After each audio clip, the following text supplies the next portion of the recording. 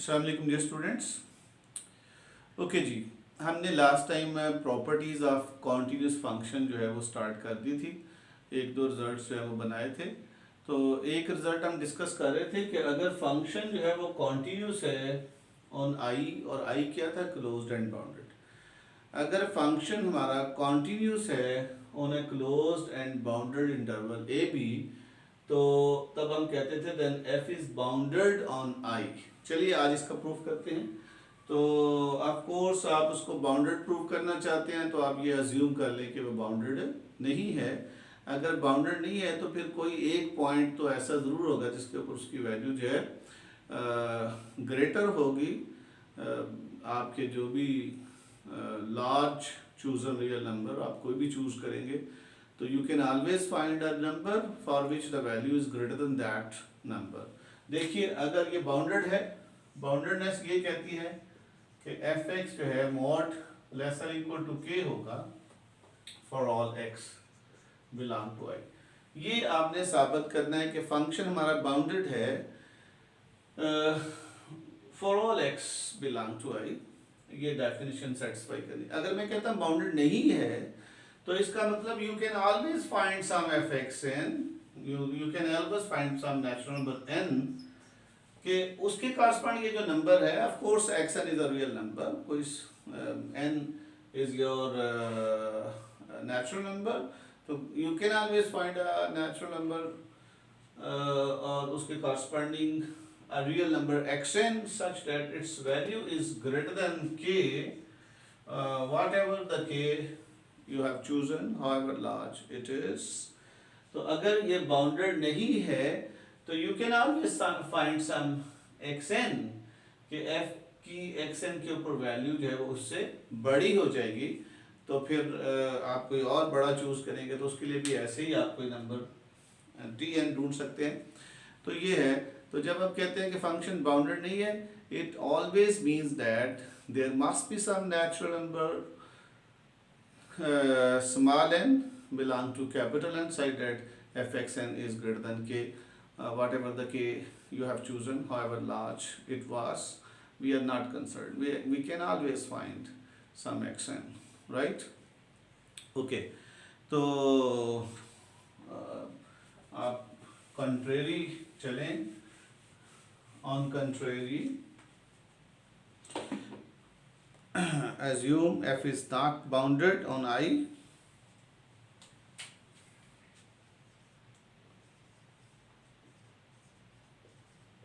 suppose f is not bounded on I, that was AB, you have chosen। हमने contrary suppose कर लिया कि f bounded नहीं है, इसका मतलब you can always find a natural numbers n, right. Then for any n belong to n, आप जितना मर्जी बड़ा ले लें, then for any n belong to n, यानी कि ये नेचुरल नंबर आपका वो k के लिए हम चूज कर रहे हैं। तो k भी तो कोई आप नंबर ही चूज करते हैं, रियल नंबर लार्ज, तो why not you choose n is a very very large number, right. So then for any n however large it is, ठीक है, हमें इससे गर्ज नहीं है, we can find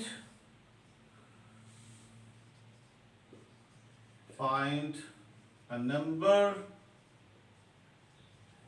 xn such that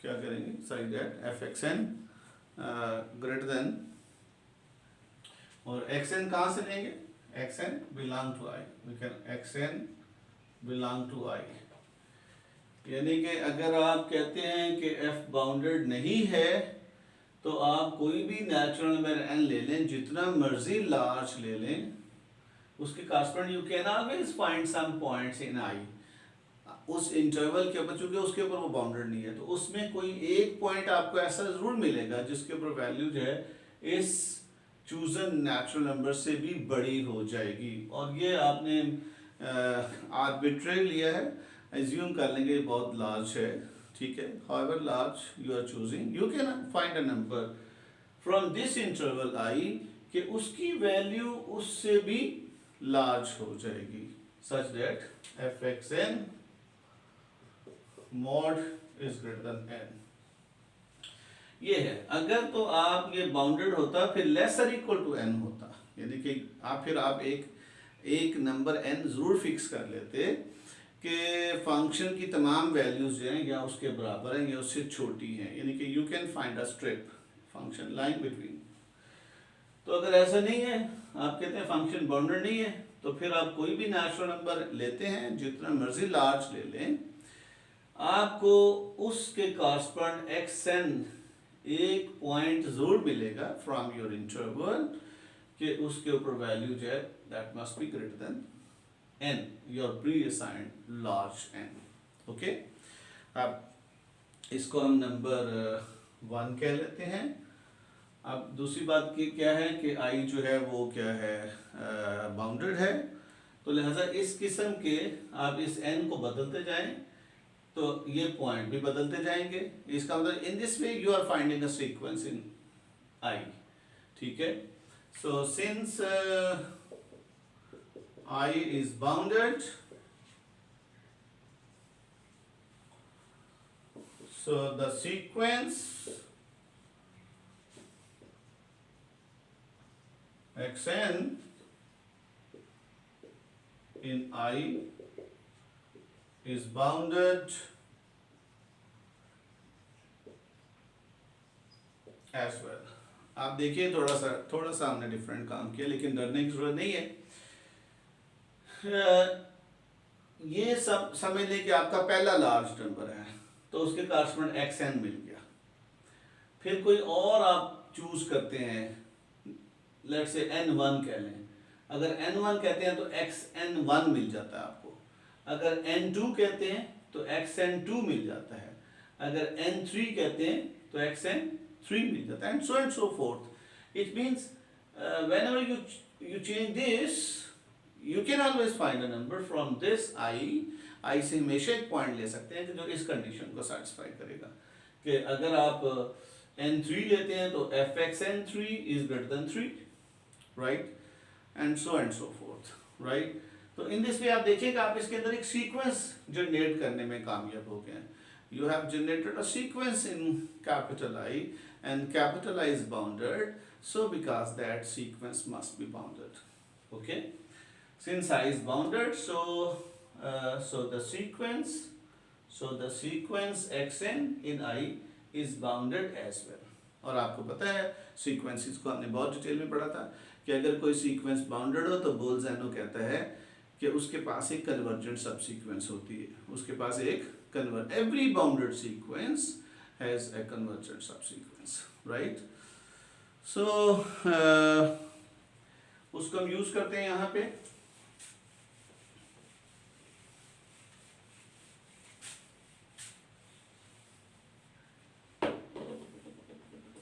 Then by Bolzano-Weierstrass theorem,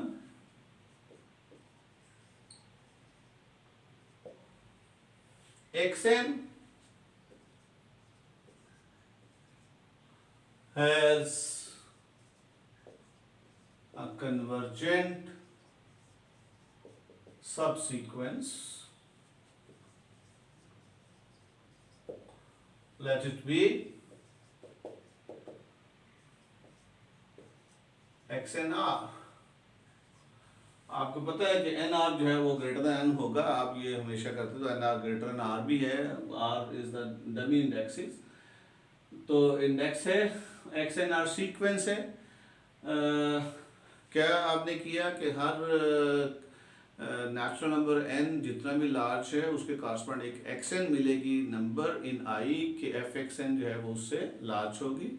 in this way you are getting a sequence in I, and since I is bounded, so that sequence must be bounded। अगर आपका set ही bounded है तो उसके अंदर जो values लेंगे of course वो भी बाउंडेड होंगी, ठीक है। वो जो है अगर सारी values precisely contained in a set which is bounded as well, mean उसकी अपर बाउंड भी मौजूद है, उसकी लोअर बाउंड मौजूद है। तो इसका मतलब उसके अंदर जो सीक्वेंस है that is precisely contained in the set must be bounded as well. अब चूंकि वो बाउंडेड है तो Bose and Webster's theorem says that it has a convergent subsequence and let it be X in R. That say let it be X in R such that limit R tends to infinity, X and R is equal to X से no problem, इसमें डरने की जरूरत नहीं है। आप n tense to infinity भी लिख लें या n r भी लिख लें, क्योंकि ये सीक्वेंस जो है चूंकि r के लिहाज से बनते हैं n1 n2 n3, ठीक है। तो बेसिकली आप nr को भी इन्फिनिटी कह सकते हैं। nr आपका वो सबस्क्रिप्ट है। जब हमने सबसीक्वेंस के कॉरस्पॉन्डेंट बात की थी तो हमने कहा था कि ये जो फंक्शन nr है that should be increasing, that should be increasing. तो r टेंस टू इन्फिनिटी ले लें या n r tends to infinity ले लें, नो प्रॉब्लम एनी हो। तो this limit r tends to infinity x and r is equal to x, no problem. यहाँ कोई एम्बिग्युइटी नहीं है, इसमें डरने की जरूरत नहीं है। आप n टेंस टू इन्फिनिटी लिख लें, क्योंकि ऑफ कोर्स जो टर्म्स हैं वो कॉरस्पॉन्डिंग टू नेचुरल नंबर थे, लेकिन n यहाँ पे नजर नहीं आ रहा। ये nr है, डमी इंडेक्स है। ऑफ कोर्स n की फर्दर वैल्यूज हैं तो ये n की वैल्यूज ही, क्योंकि आप n1 लेते हैं फिर n2 लेते हैं 3 लेते हैं, तो nr में हो सकता है पहली आप जो है वो 2 लेते हैं, दूसरी आप 4 लेते हैं, no problem. So that's why I am writing for sake of convenience r tends to infinity. तो अब हमने क्या किया, चूंकि वो बाउंडेड सीक्वेंस है, i के अंदर कंटेन है और बोल्जेनो कहता है कि उसके पास एक कन्वर्जेंट सब सीक्वेंस होगी, सो that's why you have chosen a sequence x and r such that its limit is x, ठीक है, वो कन्वर्ज कर रहा है, कन्वर्जिंग टू x है। अब एक और बात देखिए कि सारी की सारी सीक्वेंस, इसमें दो बातें हैं। एक तो ये है कि चूंकि जो सारी की सारी सीक्वेंस ए बी के अंदर कंटेन्ड है और ए बी क्लोज्ड है, तो क्लोज्ड है तो इसका मतलब क्या है कि उसके सारे लिमिट पॉइंट्स उसके अंदर आ जाएंगे, ठीक है, तो x भी उसके अंदर आएगा। लेकिन अगर आपको ये बात समझ में नहीं आती तो no need to fear, we have another way. वो क्या है कि आप देखिए सिंस आप ये भी देख लें कि a lesser equal to x n lesser equal to b. अब सारी की सारी एक्स एन जो है वो आपने i की से ली थी, तो इसका अगर a और b के दरमियान लाई करती हैं, इसका मतलब ये हुआ कि अगर सारी सीक्वेंस जो है वो a और b के दरमियान लाई करती है तो फिर उसकी जो सब सीक्वेंस होगी so because a is lesser equal to x and r lesser equal to b। अब चूंकि सारी की सारी सीक्वेंस i के अंदर कंटेन हुई है, देखा आपने ये x1 बिलोंग टू i लिया था, n1 के correspond x2 belong to i लिया था and so on, xn belong to i लिया था। अब ये सारी की सारी सीक्वेंस i के अंदर कंटेन करती है और i a और b है, तो इसका मतलब सब सीक्वेंस इसी की टर्म्स है ना जी। सब सीक्वेंस कोई ऐसी बात तो नहीं है जो कि समय से बाहर है। सब सीक्वेंस जो है सीक्वेंस xn की टर्म्स है जो कि एक इंक्रीजिंग फैशन में ली जाती हैं, एक ख़ास डेफिनेशन है, एक ख़ास टेक्निक से ली जाती हैं। हर सबसेट सब सीक्वेंस नहीं होता, ठीक है। हम ये नहीं है कि ऐसे ही कोई सबसेट पकड़े और सब सीक्वेंस कहते हैं। सब सीक्वेंस के लिए हमें एक इंक्रीजिंग फंक्शन डिफाइन करना पड़ता है और उसके कॉरस्पॉन्ड हमें टर्म्स चूज करनी पड़ती हैं, यानी कि आगे आगे से, ठीक है, एक टर्म आगे से लेके फिर पीछे नहीं आ सकते। ये आप डेफिनेशन देखिए सब सीक्वेंस की। So since the entire sequence lying between a and b, so because the subsequence lying between a and b and so because it's limit, अब लिमिट अप्लाई कर दें तो इसका मतलब लिमिट भी इसकी और बी में लाई करेगी, but then a lesser equal to limit x and r lesser equal to b इसका मतलब क्या हुआ कि are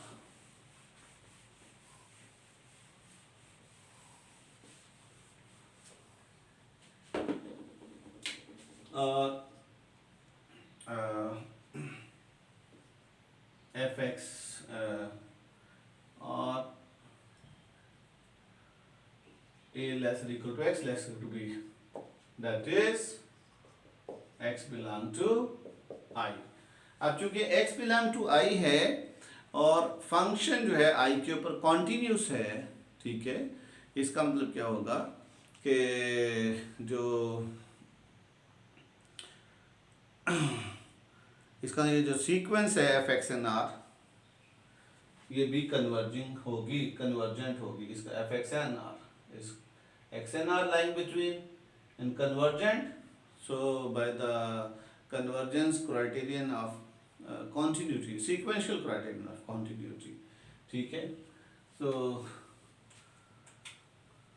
the next one right, as f is continuous on I, so in particular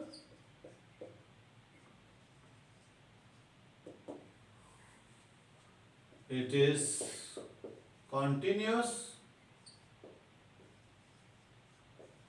on x as well,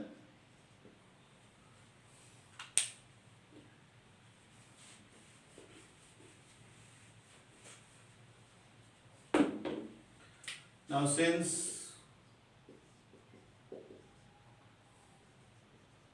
x n r converges to x, अब देखें, अब sequential criterion of continuity क्या था कि अगर कोई सीक्वेंस जो है x को कन्वर्ज करेगी तो उसकी सीक्वेंस ऑफ वैल्यूज जो है वो fx को कन्वर्ज करेगी, right.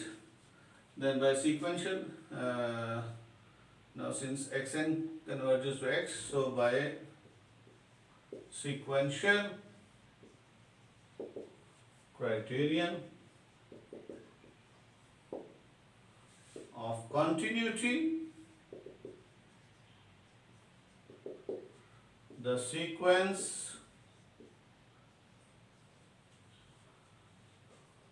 fx and r converges to fx। ये अब देखिए हम x को I में लेके आए किसी तरह से, चूंकि सारी की सारी सीक्वेंस प्रिसाइजली कंटेन्ड I थी, इसलिए सब सीक्वेंस भी I में होगी, लिहाजा उसकी लिमिट भी I में होगी, ठीक है। लिमिट को अप्लाई कर दे, लिमिट ऑफ a वो कांस्टेंट है, वो तो a ही रहेगी, लिमिट ऑफ b वो भी कांस्टेंट है, वो b रहेगी, लेकिन बीचुअली x बन जाती है, being x also lying between a and b, so because x belong to I। अब चूंकि फंक्शन कॉन्टिन्यूस है I के ऊपर, इसका मतलब ये है कि अब सीक्वेंशियल क्राइटेरियन जो है वो अप्लाई हो सकता है। वो कैसे कि चूंकि सारे की सारी sequence xn converges to x है, so because f x n r जो है वो भी कन्वर्जेस टू एफ एक्स होगा, ठीक है। इसका मतलब क्या हुआ, this means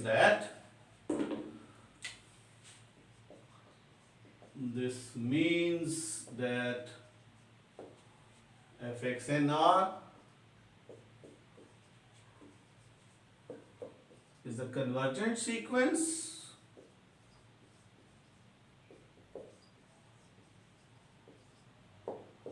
hence it must be bounded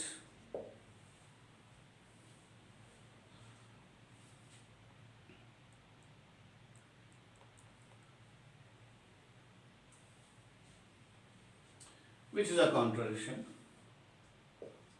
which is a contradiction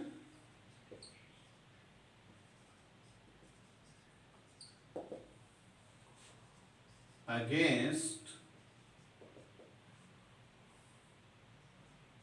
the fact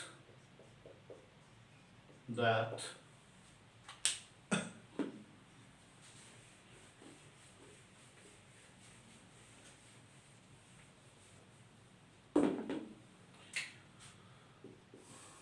fxn mod is greater than n, fxnr greater than nr, of course which is greater than equal to n using 1. देखिए वो कैसे, आपके पास 1 क्या थी, वो थी कि fxn greater than n, ये थी fxn ग्रेटर देन, अब n की जगह nr यूज कर दें, चूंकि हमारा जो सीक्वेंस fxnr है उसको हमने बाउंडेड कहा है, वो बाउंडेड है तो उसको कन्वर्जेंट प्रूव किया, वो कन्वर्जेंट है तो वो बाउंडेड है, बाउंडेड है तो that should fxnr should be lesser equal to your prechosen n, right. लेकिन यहाँ fxn ग्रेटर देन n है, और अगर n को nr से रिप्लेस कर दें तो फिर इसका मतलब ये होगा fxnr ग्रेटर देन nr, ये बन जाएगा। Just replace n by equation number 1 using 1 में हमारा था fxn ग्रेटर देन n, तो वहां पे n को nr से रिप्लेस कर दे तो you are getting xnr greater than nr, और आपको पता है nr जो है greater than equal to n होता है, चूंकि आप इंक्रीजिंग लेते हैं, nr क्या होता है, इंक्रीजिंग होता है, nr जो है हमेशा पीछे से बड़ी वैल्यू आती है, सो nr must be greater than n, क्योंकि आप जब लेते हैं, फर्ज करें जब r आप लेते हैं 1 तो ये n1, ओके, ये n1 आता है, और n1 greater than equal to 1 होता है, और जब r2 लेते हैं तो ये बनता है n2, और वो ग्रेटर देन इक्वल टू 2 होता है, राइट, इस तरह से, क्योंकि जाहिर सी बात है इस अगर सीक्वेंस n स्क्वायर आप लिया हुआ है तो ये 1 देगा, ये 4 दे देगा, और 4 ग्रेटर देन 2 हो जाएगा, इक्वालिटी भी खत्म हो जाएगी। और अगर 1 लेते हैं, बस आप ये फंक्शन लेते हैं fn is equal to n square, इस फंक्शन के कॉरस्पॉन्ड आपने सब सीक्वेंस बना रहे हैं, तो when you are taking r1 this is n1, और यहाँ 1 के कॉरस्पॉन्ड क्या होगा, what is your 1, f of 1, this is your first value 1, ठीक है, so this 1 corresponding to this one, ये nr, and r is your subscript, ठीक है, तो इस तरह जब 2 लेंगे, 2 जब यहाँ डालेंगे 2, तो f of 2 is 4, so it means n2 is equal to 4, this is equal to 4, which is of course greater than 2. Similarly जब f3 डालेंगे तो f3 यानी कि बनेगा n3, of course n3 बनेगा 9, n3 is equal to 9, which is greater than 3. So that's why nr is greater than equal to n in general for each n. For each n, or you can say for each r belong to capital N, चूँकि r indexing है आपकी, तो what does it mean कि fxnr जो है वो divergent है, sorry bounded नहीं है, विच इज अ कॉन्ट्राडिक्शन, क्योंकि आपने इसको कह दिया कि ये जो है वो ये क्या है, ये कन्वर्जेंट है तो बाउंडेड है तो fxnr less then some k होगा, लेकिन आपकी इक्वेशन 1 जो है वो ये कहती है कि fxnr ग्रेटर देन n होगा। What does it mean? It means that fxnr is also not bounded as well, ठीक है, तो ये क्यों ऐसे हुआ, ये बिकॉज ऑफ 1, ठीक है, इसलिए हमने कहा कि इधर तो हमने इसको जो है वो बाउंडेड प्रूफ कर दिया है, that is in fact a contradiction, ठीक है, because you are getting this through 1, इसका मतलब क्या हुआ, hence supposition 1 is wrong, hence our previous supposition is wrong.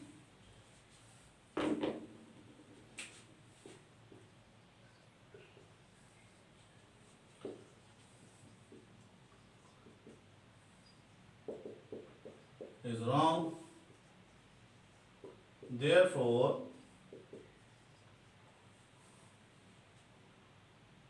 f is bounded on I।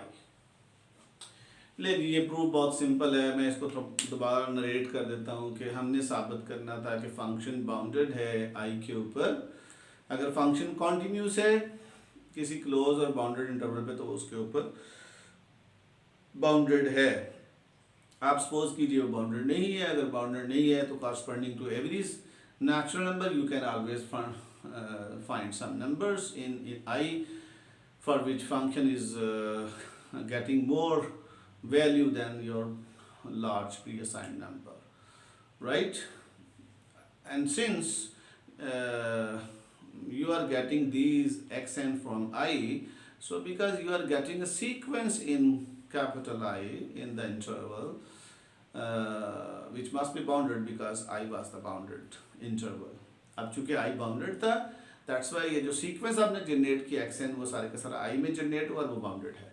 और बोल्ज़नो कहता है कि जो भी बाउंडेड सीक्वेंस होती है उसके पास एक कन्वर्जेंट सब सीक्वेंस होती है। So because this particular sequence xn जो इस इन this way you have generated is also bounded and has a convergent subset. Let it be x and r, and suppose it is converging to x, no problem. And since all the values of that, the bigger sequence lying between a and b, so because the subsequence must be in a and b, and so because its limit, क्योंकि तीनों a lesser equal to x and r lesser equal to b, और फिर limit apply कीजिए तो limit of a lesser equal to limit x and r lesser equal to limit b, and you know limit of a is equal to a constant sequence, so because x lying between a and b, it means that x belongs to I. Now you have proved that this x is in I and f is continuous on I as well. So because of the sequential criterion of continuity, since xn are converging to x, so because of sequential criterion of continuity, fxn r must be converging to fx. This means that fxn r is a convergent sequence, and you know that every convergent sequence is bounded as well. So this sequence must be bounded. But by 1, अगर वहाँ पे आप if you replace xn n by nr, you are getting fxn r. But in 1 you have supposed that fxn greater than n. In this way fxn r greater than nr, and you know that nr is always greater than equal to n.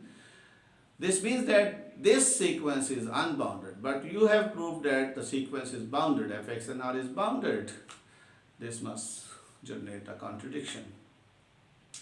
So because our first supposition was wrong, therefore the function f is bounded on I. Okay, this completes the proof.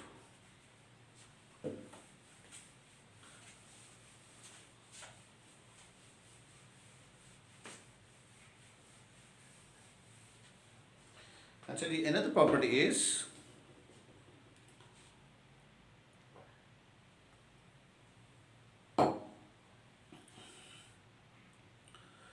वो property क्या है कि जो हमारा function जो है किसी close और बाउंडेड इंटरवल पे, आप देखिए कि अगर हमारा फंक्शन इस तरह से कंटिन्यूस है, you know this is function is continuous, right. चलिए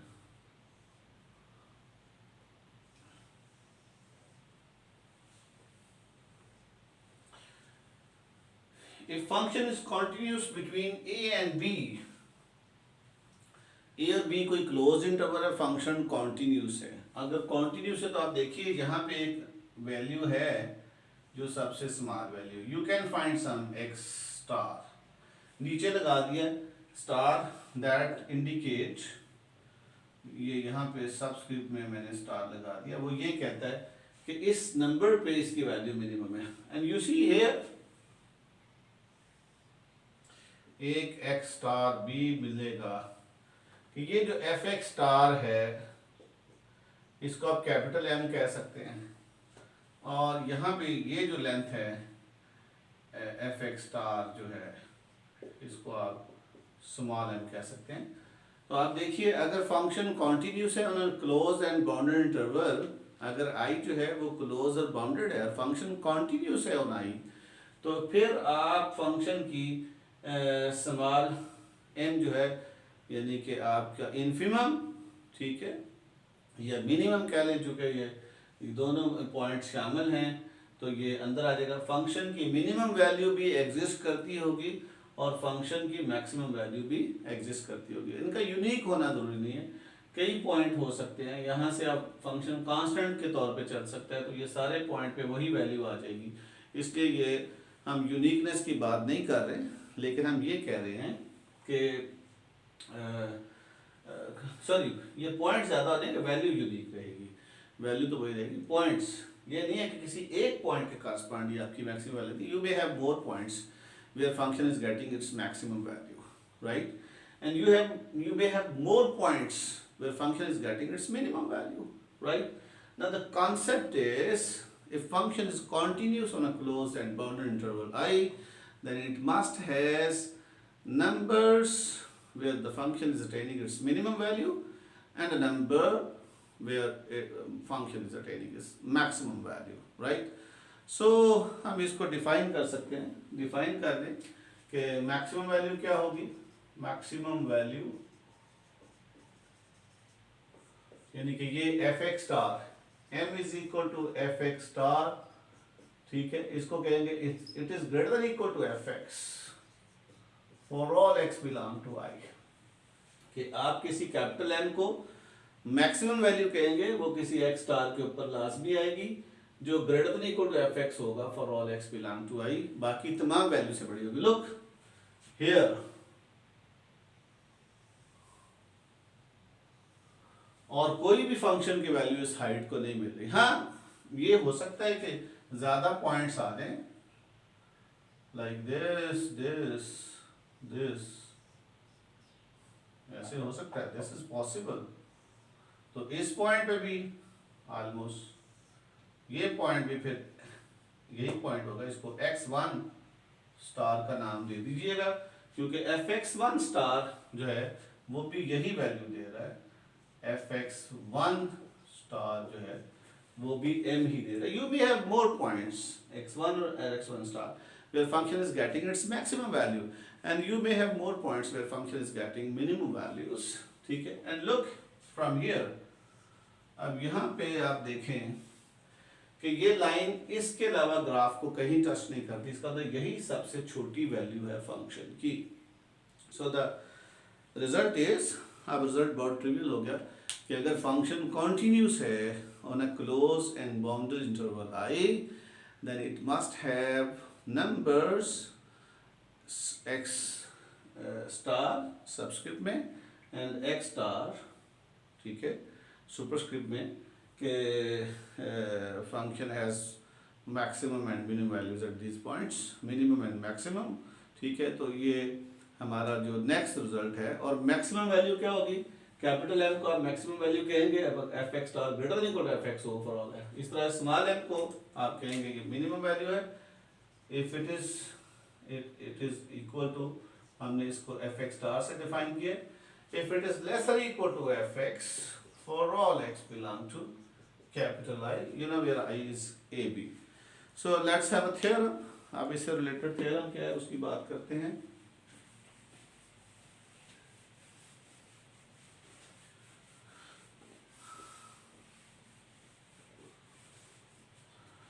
थ्योरम ये कहता है,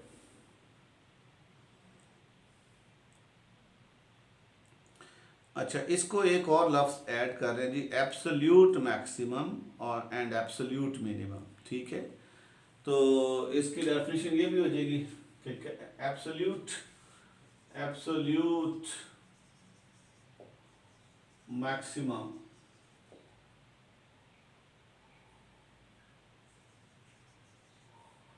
ठीक है, इसको m से कहेंगे, and this is of course f x star, ठीक है, जो कि होगा जी, चूंकि ये sup of f x belong to I.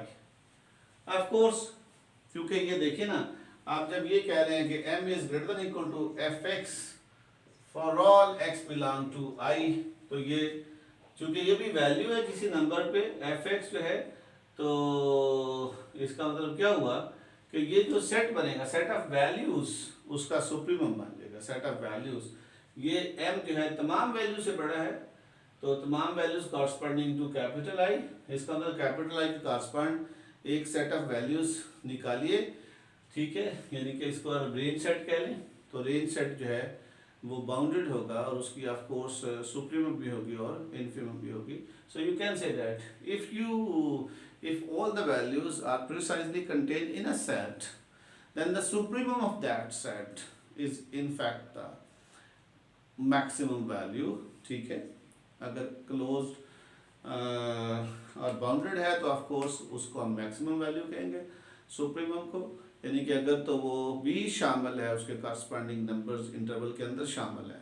लेकिन अगर मैक्सिमम वैल्यू जो है इसमें शामिल नहीं होती, आई की कॉरस्पॉन्ड बाहर चली जाती है, मैं आपको ये भी एग्जांपल देता हूँ, उसकी रेंज जो सेट है उससे बाहर चली जाती है, लेकिन स्टिल वो सुप्रीमम है, तो तब आप ये नहीं कह सकते कि फंक्शन जो है वो अपनी मैक्सिमम वैल्यू को अटेन कर रहा है। What I am talking about, let's have an example.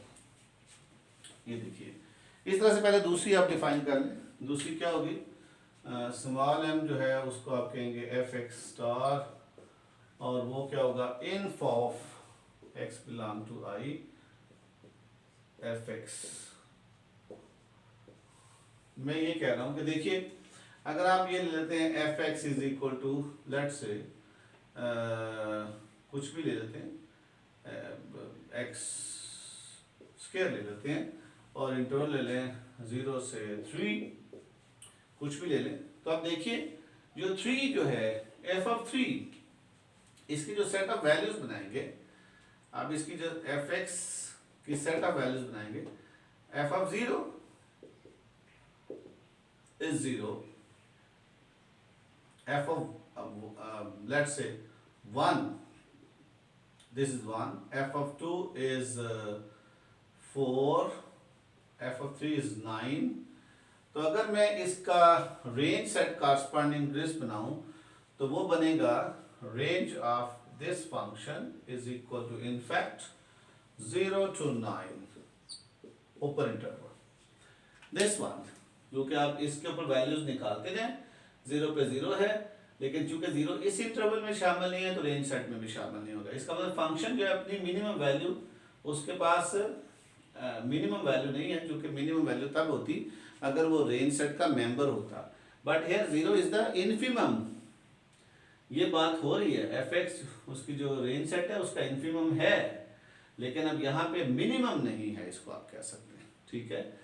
और इस तरह से 9 जो है वो सुप्रीमम वाली बात सही है, सुप्रीमम वाली बात सही है, वो सुप्रीमम है इस सेट का 9, लेकिन फंक्शन अपना सुप्रीमम अटेन नहीं कर रहा है, वो बाहर जा रहा है। तो दिस वाज द आइडिया कि आप क्या कंडीशन लगाएं कि फंक्शन अपना सुप्रीमम भी अटेन कर दे। जब सुप्रीमम अटेन कर देगा तो उसको हम कहते हैं मैक्सिमम वैल्यू, और अपनी मिनिमम वैल्यू भी अटेन कर दे। तो इसका मतलब अगर हमारा ये इंटरवल 0-3 जो है, इसकी बजाय कि ये होता 0-3 क्लोज्ड, तो ये हमारा जो है वो 0-9 क्लोज्ड हो जाता। इसका मतलब अब जो है 0 is the infimum and the minimum value as well, and 9 is the supremum and the maximum value as well, ठीक है। तो अब अगर ये कंडीशन बड़ी आसान होगी कि अगर फंक्शन किसी क्लोज्ड और बाउंडेड इंटरवल ए बी के ऊपर कॉन्टिन्यूस है तो वो अपना इन्फिमम भी अटेन करता है, वो अपना सुप्रीमम भी अटेन करता है। It mean you can say that if a function f is continuous on a closed and bounded interval I, then it must attain its extreme values, its maximum and minimum values, right? So let's have theorem, but here हमारे पास 0-3 के ऊपर ये बात नहीं थी, लिहाजा इस result को फिक्स करने के लिए ये बात सही थी कि m को आप सुप्रीम कह लें। सुप्रीम क्या है, आपको ऑफ कोर्स रेंज वैल्यू में से एक नंबर जो कि बाकी तमाम नंबरों से बड़ा है, ठीक है।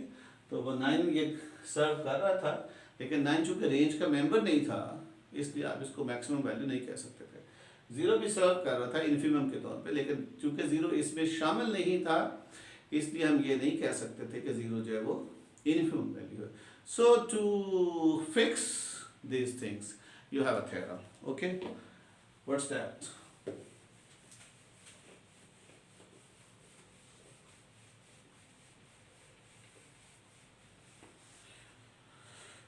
Okay जी, थ्योरम ये कहता है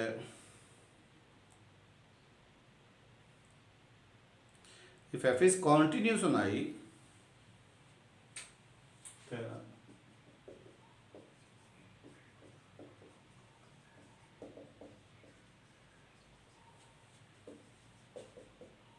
on I, if f is continuous on I is equal to AB, then there exists points x1 x2 on I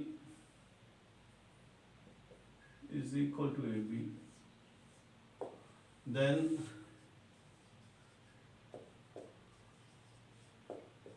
there exists points x1 x2 belong to I such that fx1 is less or equal to fx is less or equal to fx2 for all x belong to I. Okay, and that is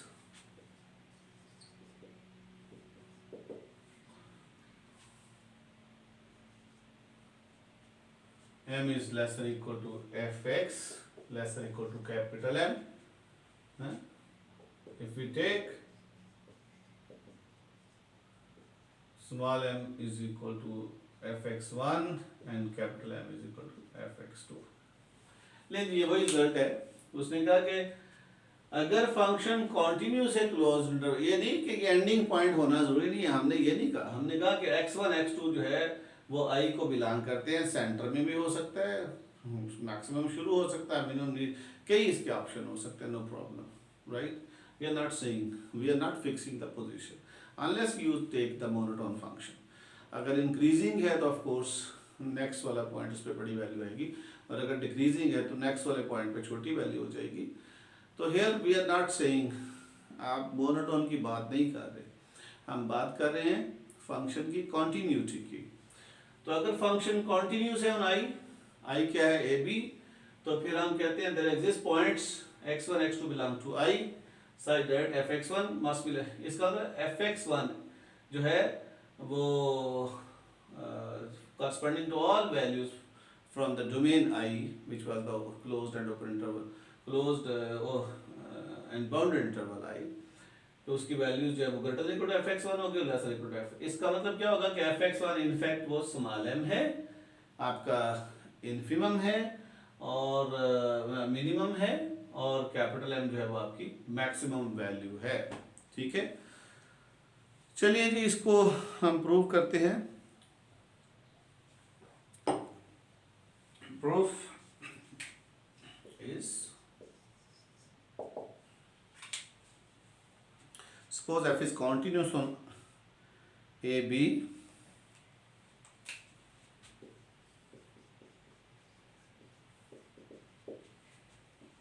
continuous on AB। अच्छा, अभी आपने ये result पढ़ा है कि अगर function continuous होता है ए बी क्लोज और बाउंडेड इंटरवल पे तो वो उसके ऊपर बाउंडेड होता है। So f is bounded on a b, so f is bounded on a b, that was your I. ठीक है, वो बाउंडेड है। अगर बाउंडेड है तो इसका मतलब क्या है कि बाउंडेड का मतलब यह है कि वो अपनी बाउंड्स अटेन करता है। बाउंडेड का मतलब क्या है, वो अपनी बाउंड्स अटेन करता है।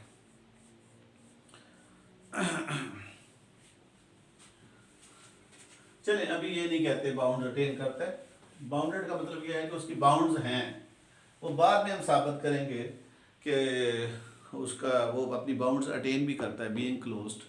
अभी बाउंडेड है तो इसका मतलब उसकी बाउंड्स हैं। ठीक है, This means that this means that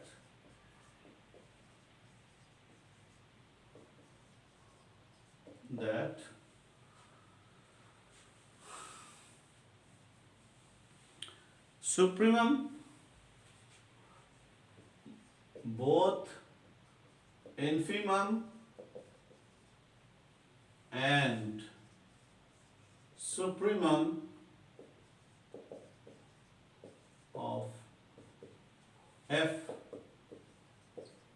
exists in I। जब ये कहते हैं कि फंक्शन बाउंडेड है आई के ऊपर, इसका मतलब उसका इन्फिमम भी मौजूद है उसका, यानी कि उसकी लोअर बाउंड भी है, उसकी अपर बाउंड भी है। लोअर बाउंड है तो फिर ग्रेटेस्ट लोअर बाउंड है, अपर बाउंड है तो फिर लीस्ट अपर बाउंड है। इसका मतलब है कि उसकी इन्फिमम और सुप्रीम दोनों एग्जिस्ट करती हैं, राइट, बोथ एग्जिस्ट। आप अज्यूम कर सकते हैं, ठीक है।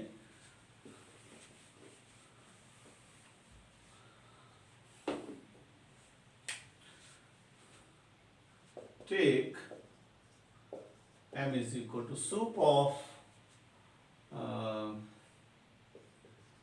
fx, x belong to ab, and small m is equal to inf of fx,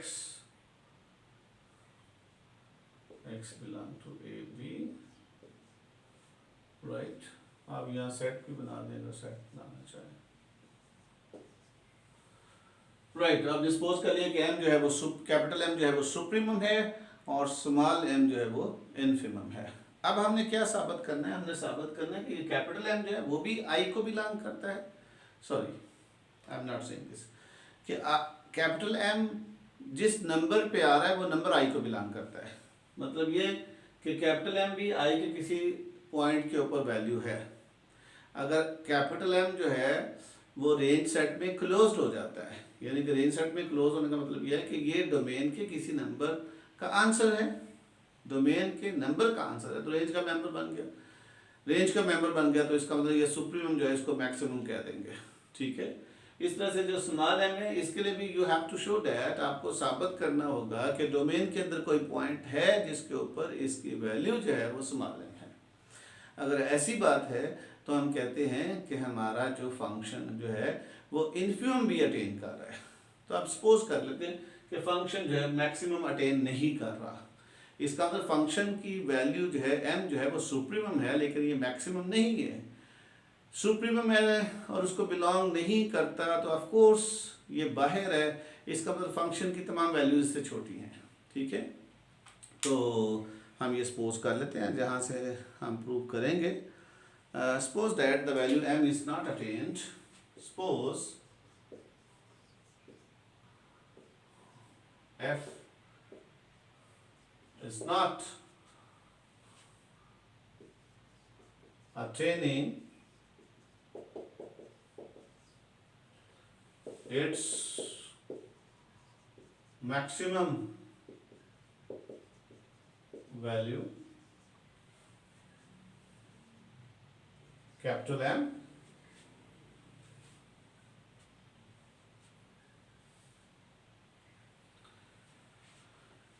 then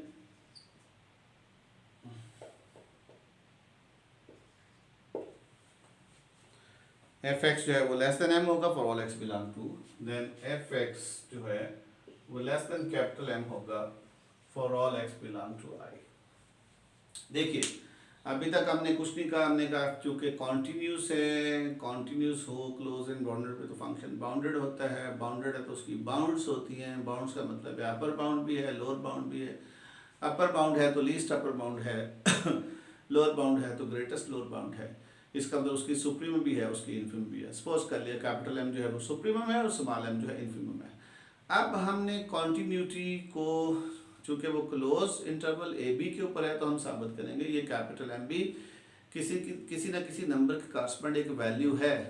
तो जब ये किसी ना किसी नंबर के कॉरस्पॉन्ड एक वैल्यू हो जाएगी, number from I domain I A B interval, अगर ए बी इंटरवल में कोई नंबर मिल जाता है जिसकी वैल्यू कैपिटल M है तो कैपिटल M को मैक्सिमम कह देंगे, मैक्सिमम वैल्यू, ठीक है। और वो प्रूव करने के लिए हमने सपोज कर लिया कि फंक्शन जो है वो अपनी मैक्सिमम वैल्यू अटेन नहीं कर रहा, इसका मतलब कैपिटल एम जो है वो रेंज सेट का मेंबर नहीं है, ठीक है, वो उसको बिलोंग नहीं करता, ऊपर में चला गया, जैसे just like the example we have stated earlier. तो fx is lesser than capital M for all x belong to I। इसका मतलब क्या होगा? This means that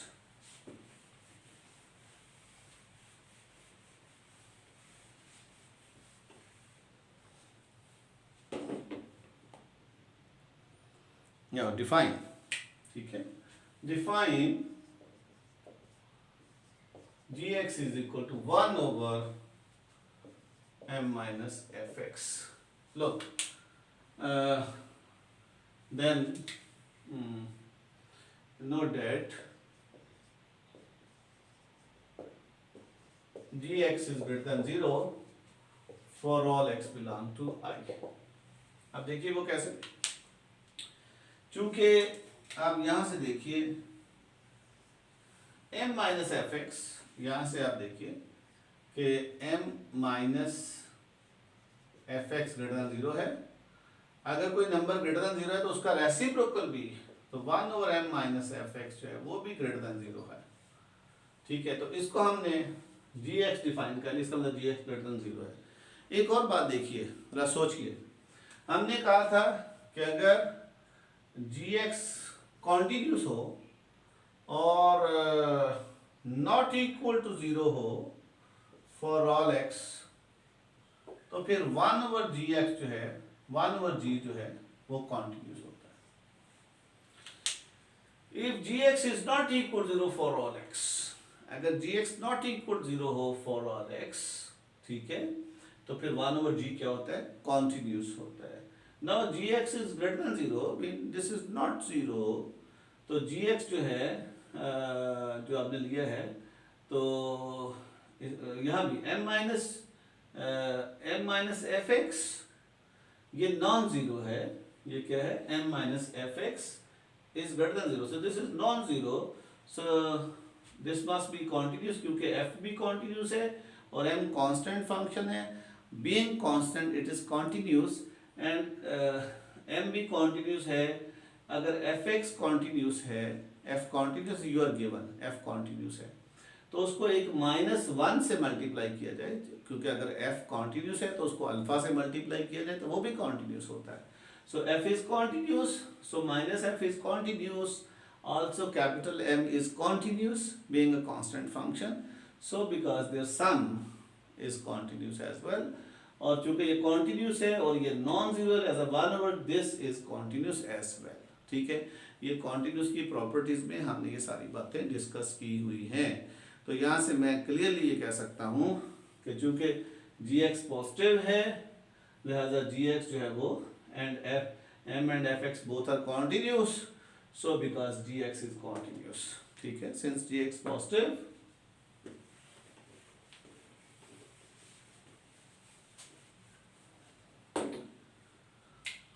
gx is positive and m f and the functions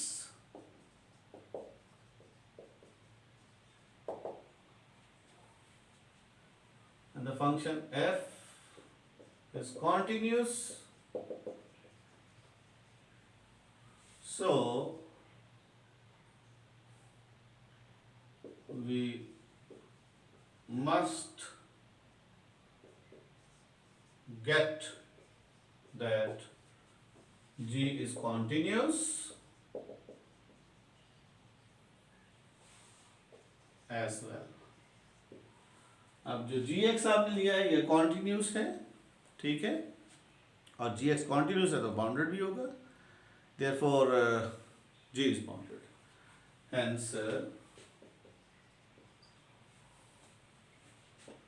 g is bounded on I, continuous on I as well, so it is bounded on I, of course। दोबारा इसको समझिए कि आपने assume कर लिया, आपने suppose किया कि capital M is not assumed by the function f, or f is not assuming its maximum value, capital M. So fx must be less than m. चूँकि वो सुप्रीमम हो गया और बिलोंग नहीं करता सेट को, रेंज सेट को, तो fx लेस देन m होगा. m माइनस एफ एक्स जो है नॉन ज़ीरो है. इसका मतलब है कि 1/m माइनस एफ एक्स जो है ये इट्स वेल डिफाइंड, ये नॉन ज़ीरो है. और इसका अंदर जी एक्स पॉजिटिव होगा. ऑफ कोर्स ये नॉन ज़ीरो है तो इसकी रेसिप्रोकल, अगर ये नॉन ज़ीरो है और पॉजिटिव है तो इसकी रेसिप्रोकल भी नॉन ज़ीरो और पॉजिटिव होगी. और इसके अलावा एफ एक्स कॉन्टीन्यूस है, यू आर गिवन, और एम कांस्टेंट फंक्शन के तौर पे अगर ट्रीट किया जाए तो ये कॉन्टीन्यूस होगा. एंड कॉम्बिनेशन ऑफ कॉन्टीन्यूस वो जो है प्रॉपर्टीज ऑफ कॉन्टीन्यूस फंक्शन में sum of two continuous function is continuous. ठीक है. और फिर उसका one over that is continuous if it is not zero, नीचे वाला ज़ीरो नहीं है, ये कॉन्टीन्यूस है. और अगर ये कॉन्टीन्यूस ऑन आई है तो ये भी बाउंडेड ऑन आई है पिछले थ्योरम के रेफरेंस से. Right. So g is bounded on I. इसका मतलब क्या होगा कि जी एक्स जो है देन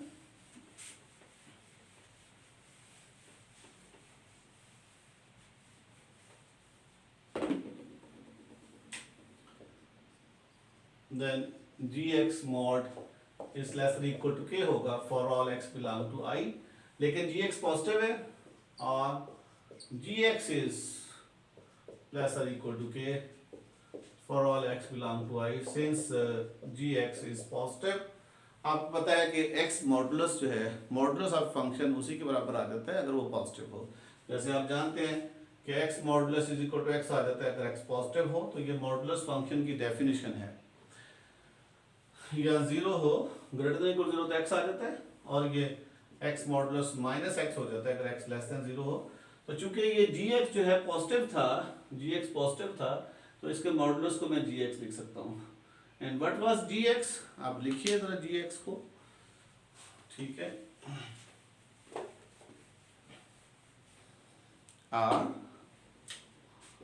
ये क्या था g x, that was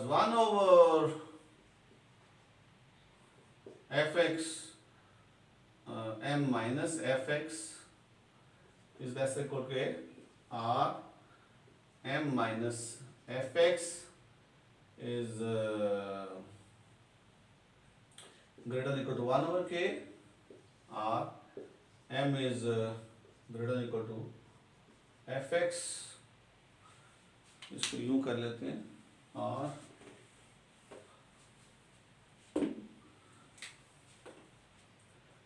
m minus 1/k is greater than equal to fx, or fx is less than equal to m minus 1/k.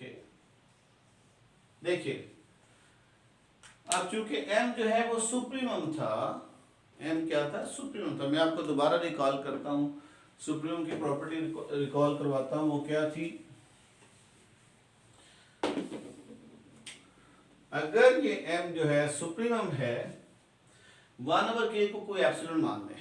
ठीक है. तो m में से जब आप m माइनस एप्सिलॉन करेंगे, एप्सिलॉन को आप 1/k मान लेना, और you are saying m minus 1/k. तो अगर इसमें से m में से छोटे से छोटा नंबर भी निकालेंगे, यानी कि this number is basically m minus 1/k, तो यहाँ बेशुमार नंबर आपको मिल जाएंगे fx1 टाइप के, जो कि इससे बड़े हो जाएंगे. That must be greater than equal to this, क्योंकि लाइन के ऊपर जो नंबर पीछे है वो छोटा है, जो आगे है वो बड़ा है. तो चूंकि ये वैल्यूज का ग्राफ मैंने ड्रॉ किया, ये कैपिटल M है, तो you can always find some x1 के उसके correspond fx1 must be greater than equal to this. But here fx is less than equal to this for all x belong to i. ठीक है. इसका तो ये acceptable नहीं है, ये गलत है, which is a contradiction since m was supposed supreme. ठीक है, एज सुप्रीमम. ठीक है, which is not possible, which is a contradiction,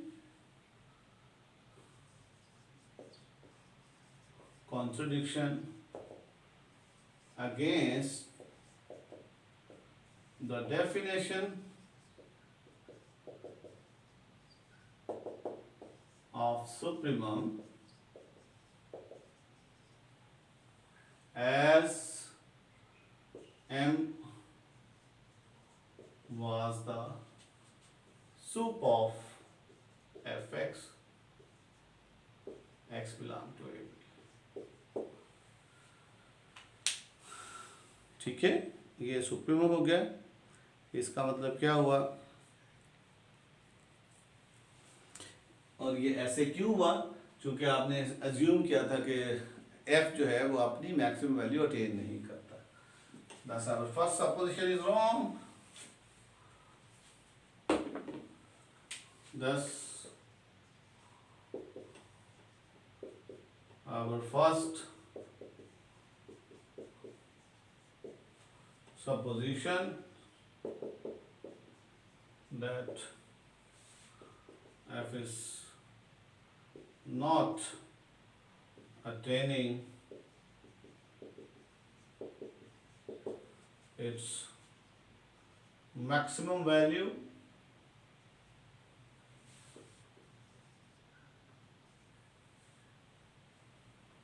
was wrong। इसका मतलब है कि m is attaining, so there must be, hence there, therefore there must be some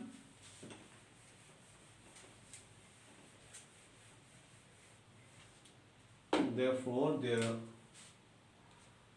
must be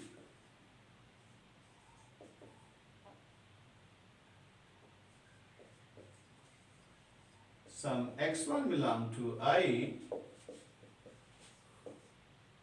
such that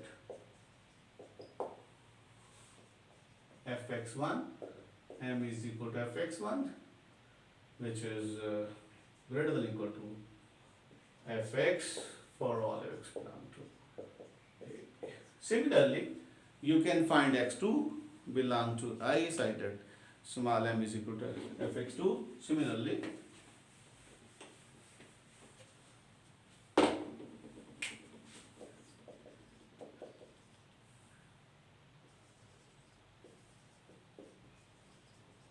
there must be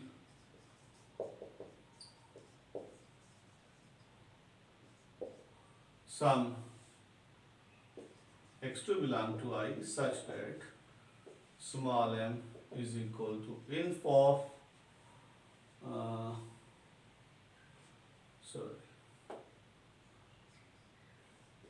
fx2, which is of course less than equal to fx for all x, or fx1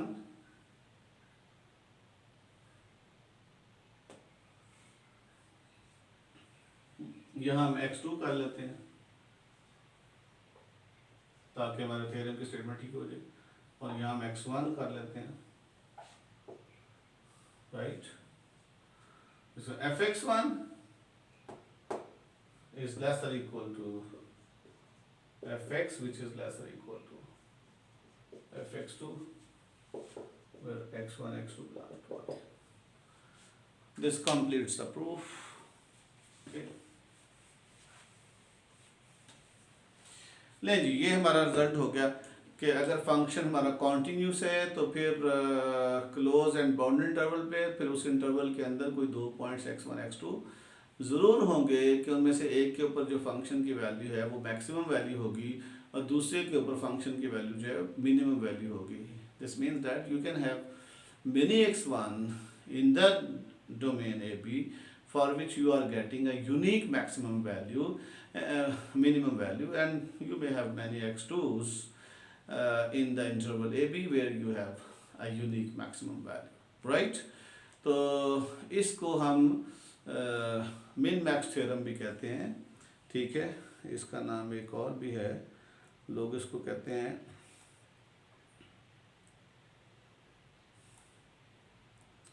absolute maxima and absolute minima, ठीक है।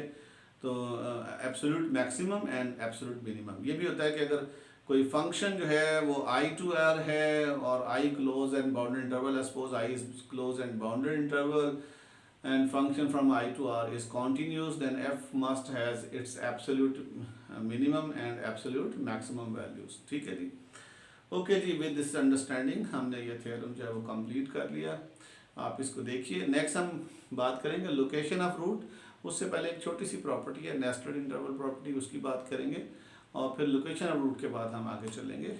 ठीक है, will try to finish this chapter इंशाल्लाह soon, right. Thank you very much. Allah हाफिज़।